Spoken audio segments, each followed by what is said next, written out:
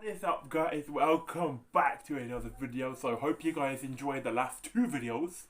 So today we're going to be reacting to more action movie scenes, but this time we're going to be doing dumb and also good. So we're going to be combining them into one. So let's get it.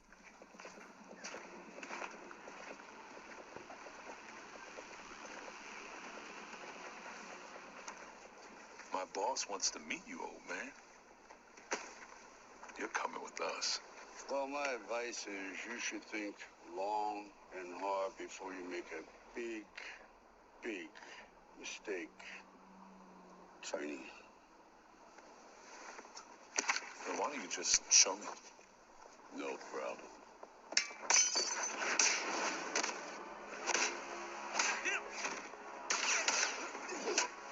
Damn!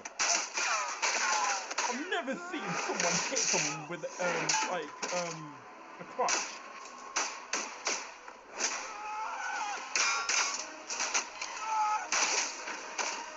Ooh. Oh! Oh!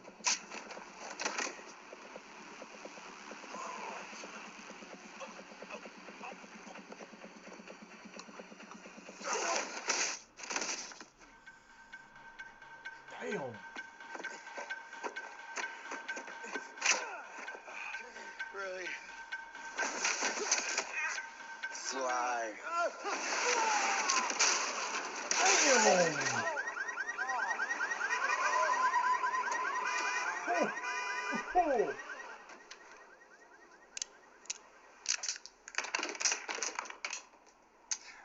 I'm gonna fuck you up.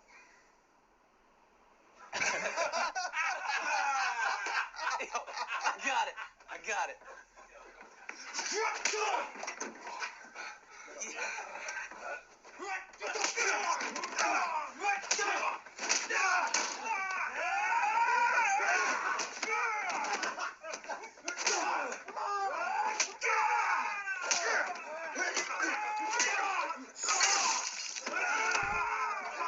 Great hit, man.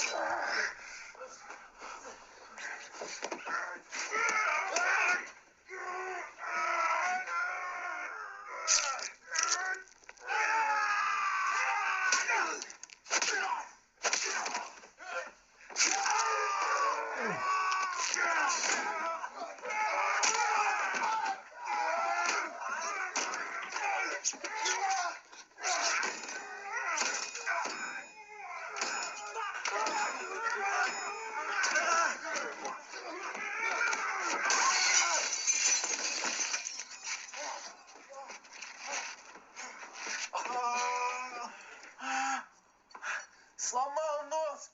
What the fuck are you saying? Nose is broken. My fucking teeth.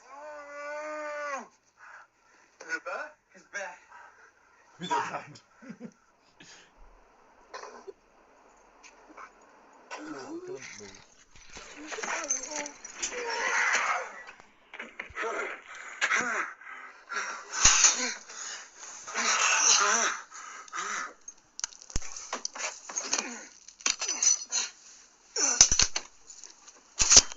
Run!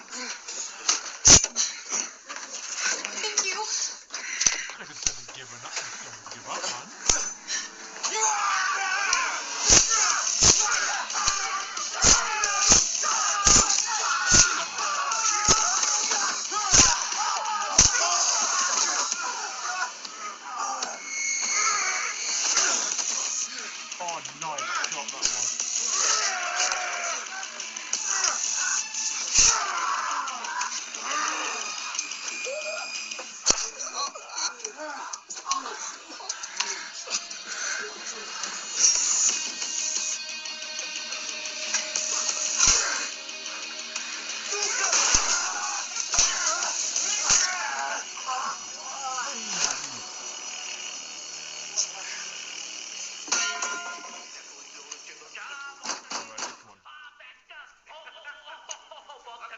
link will in the description, by the way, if you want to watch the movie without me reacting to it.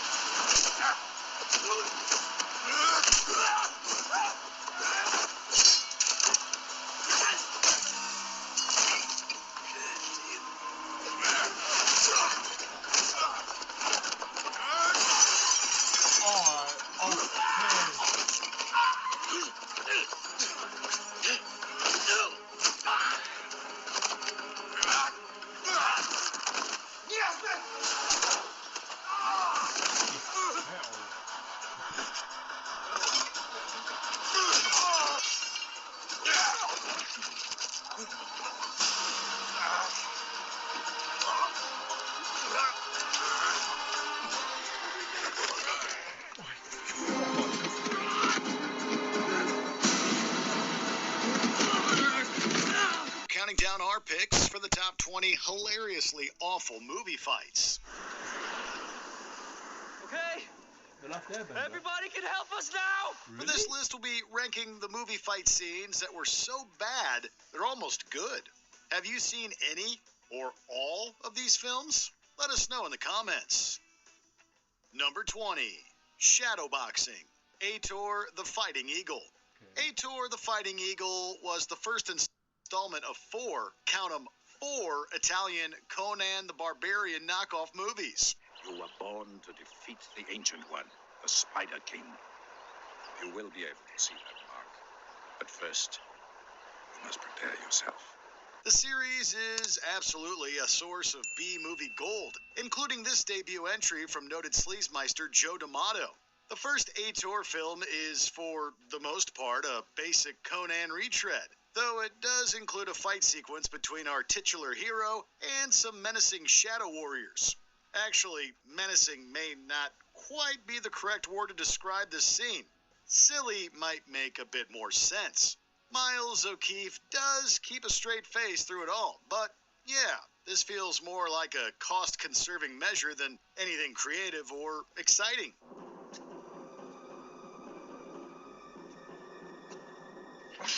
Number 19, Nightclub Brawl, Exit Wounds. 2001 may seem like sort of late in the game for action star Steven Seagal to enjoy a box office hit, but this co-starring vehicle with rapper DMX was actually well regarded upon release.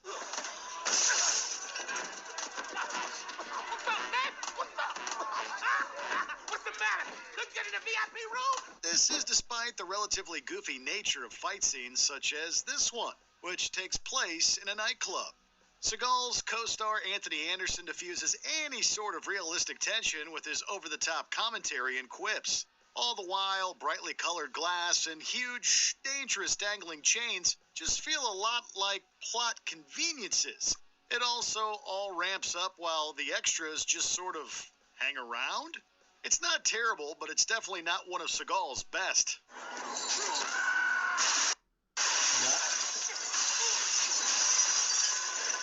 Number 18, A Clean Fight, Black Belt Jones. Jim Kelly was always the sort of martial arts film star who never took himself too seriously. As a result, his filmography is full of well-intentioned and super fun films that also happen to feature some serious ass-kicking. Forget it, man. I ain't going in there. It's a fortress. Well, fortress or no, it's top priority. This sequence from Black Belt Jones might be a bit beyond the pale, although you'd never know it given how Kelly sells it all. It occurs at a car wash of all places and feels like 1970s schlocky kung fu madness diluted into its purest essence. You want a funky soundtrack? We got your funky soundtrack. In short shorts? Glad you asked. Here you go. Oh, and there's also suds. Lots of soap suds.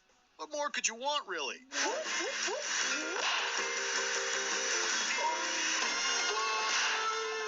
Number 17, Lurch Kicks It, Night of the Kick Fighters.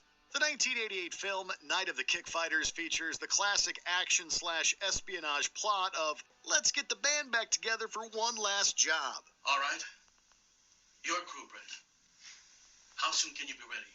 We'll be here by 10 tonight, and I want a full scope on the layout of those coordinates by then. Still, we have to wonder just what a kick fighter really is exactly. Oh, Before we can ever figure it out, though, we always just end up.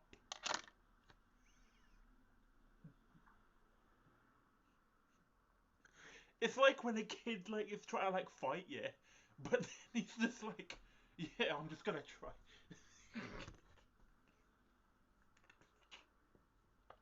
Oh my god, that's the most funny thing. That's the most dumbest thing I've ever seen.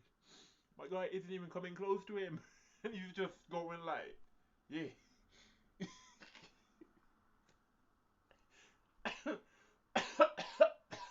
Oh god. up distracted by the Addams family's butler kicking some major butt. That's right.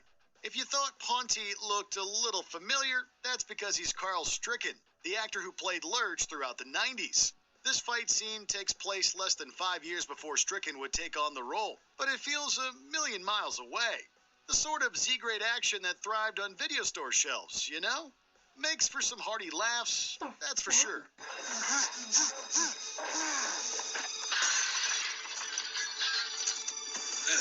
Number 16, Final Fight, Ninja Terminator.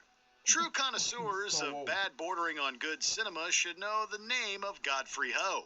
This Hong Kong director was the master of cut-and-paste cinema, taking footage from unfinished or obscure films and splicing them together with new footage featuring ninjas or kickboxers.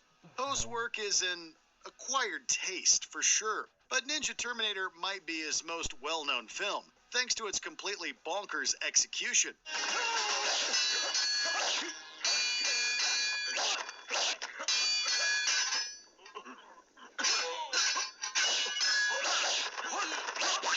What? Star Richard Harrison, who was spliced into numerous Ho films without his knowledge, is ready to go in this ninja battle, all complete with stylish eyeliner.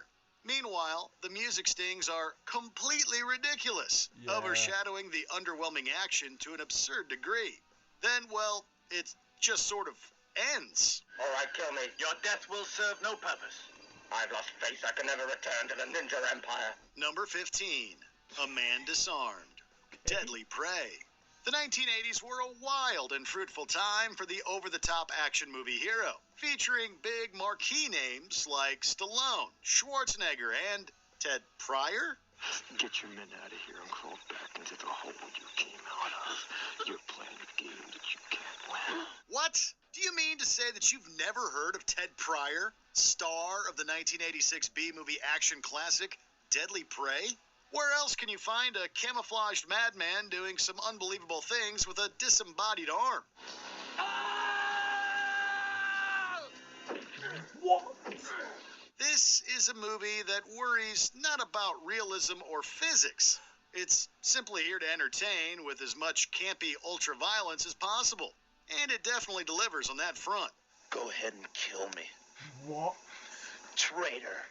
Number 14, Spooning and Gouging, Samurai Cop. The decision to speed up an action sequence can be made for a number of reasons. Sometimes it's simply for sake of style, while other times it's done in order to make the actors in question appear to be more proficient fighters on screen. So they call you Samurai. Let's see how good you are with a sword. Samurai Super Cop. The finale of Samurai Cop is definitely the latter, as actors Matt Hannon and Robert Zadar square off. The choreography features a loving embrace by the pair, some not-so-successful gouging, and a conclusion that attempts some gravitas but doesn't quite stick the landing. You lost. You lost face. Number 13, Oh, shit. Fighting in Reverse, Autisoya Piravi. Okay, what? Reverse photography is a handy cinema trick filmmakers sometimes use to effectively stage a fight scene. Sometimes it's just a budgetary measure, since not a lot of time is available for multiple setups and takes.